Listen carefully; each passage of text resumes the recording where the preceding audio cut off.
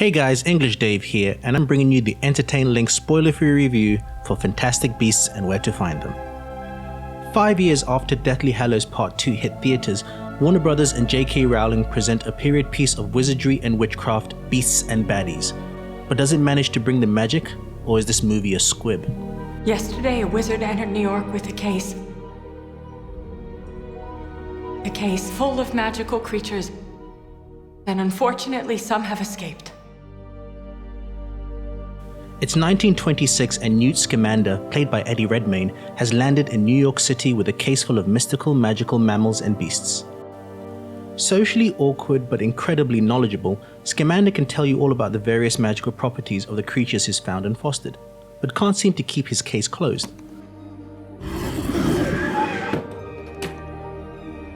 It was open?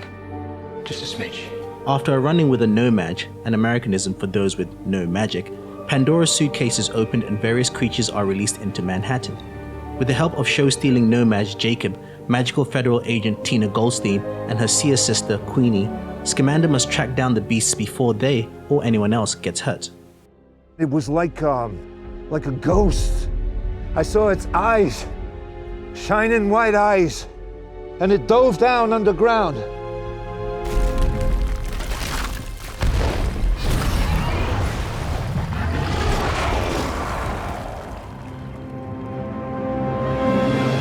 Fans of the series will find much to love in what is basically 2 hours of world building and fleshing out. The magical community of New York City is busy and bustling and so different from the isolated Hogwarts where magical explosions or flubs can easily be contained. The constant threat of exposure and the lengths the wizarding community goes to keep things under wraps makes for tense viewing. Unfortunately, Fantastic Beasts feels overstuffed and underbaked at times, especially when it comes to giving teen beast catchers time to mesh as a group. Tina and Newt in particular are never allowed to have an uninterrupted conversation, at least one long enough for their potential mutual interest to make sense. Alison Sudol as Queenie is a breath of fresh air who waltzes through the movie like she's having a blast, and Dan Fogler is a welcome bit of lightness and sass in a movie that takes itself too seriously at times. Eddie Redmayne and Kathleen Waterston do the most with what they're given, but the writing doesn't leave them much to chew on. For a film about fantastical creatures, I was left wishing there had been a bit more, well, magic. Don't get me wrong, the visuals look fabulous, especially in the confined world of Scamander's case. Several of the shots, however, are very stationary, and there are many a scene that could use with a serious re-edit.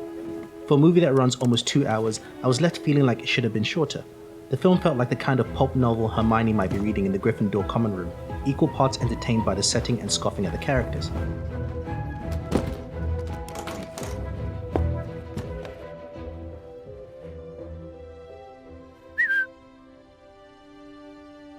No human could do what this thing is capable of. For someone obsessed with Potterdom, Fantastic Beasts is an enjoyable romp with room for improvement. Kids will love it, and parents dragged along won't feel the need to nap or sneak in a game on their phones. But the casual viewer will find themselves wondering when the movie ends long before the 3+ end sequences are over. Mercy, Lewis, what is that? Nothing to worry about. That is a nut. What else have you got in there? With 5 sequels already greenlit, there's much more to come in the wizarding world. Hopefully the next film will be as tight as it is beautiful. Thanks guys for listening. If you enjoyed this review, please give us a thumbs up, hit the subscribe button and share with your peeps. My name's English Dave and this has been an Entertain Lynx spoiler-free review for Fantastic Beasts and Where to Find Them.